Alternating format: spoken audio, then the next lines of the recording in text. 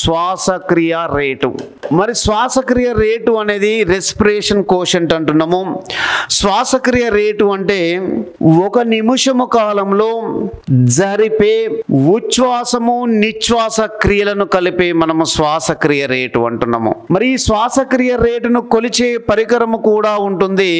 దానిని రెస్పిరోమీటర్ అంటున్నాము. రెస్పిరోమీటర్. ఒక ఆరోగ్యవంతమైన మానవుడు 1 నిమిషానికి ఎన్నిసార్లు శ్వాసక్రియ రేటు జరుపుతూ ఉంటాడు అంటే మనకి 18 సార్లు.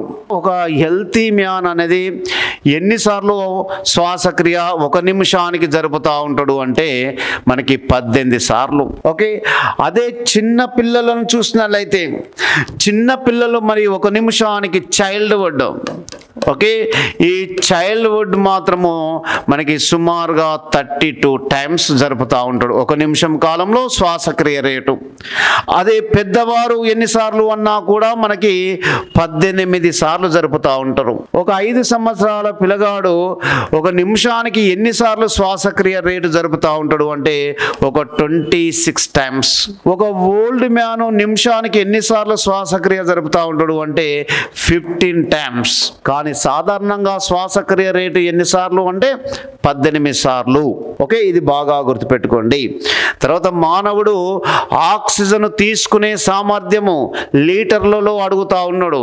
సాధారణంగా మానవుడు ఆక్సిజన్ తీసుకునే సామర్థ్యము ఒక రోజుకు తీసుకునే సామర్థ్యము ఎంత అని అడుగుతా ఉన్నాడు.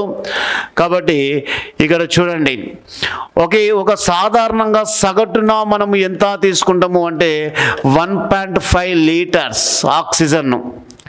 అదే మనకి పెద్దవాళ్ళు ఎంత తీసుకుంటారు అంటే ఈ పెద్దవారు ఎంత తీసుకుంటారు అంటే మనకి 4 లీటర్స్గా చెప్తా ఉంటాం. అదే చిన్న పిల్లలు ఎంత తీసుకుంటారు, చిన్న పిల్లల్లో మాత్రం 3 లీటర్స్గా చెప్తా ఉంటాం. తీసుకునే సామర్థ్యము ఒక రోజులో మాత్రము సగటున ఎంత 1.5, పెద్దవారు మాత్రము 4 లీటర్స్, తర్వాత చిన్నపిల్లలు మాత్రము మనకి 3 లీటర్స్గా చెప్తా ఉంటాము. ఓకే, ఇది మనకి మానవుడిలో శ్వాసక్రియ జరిగే విధానము.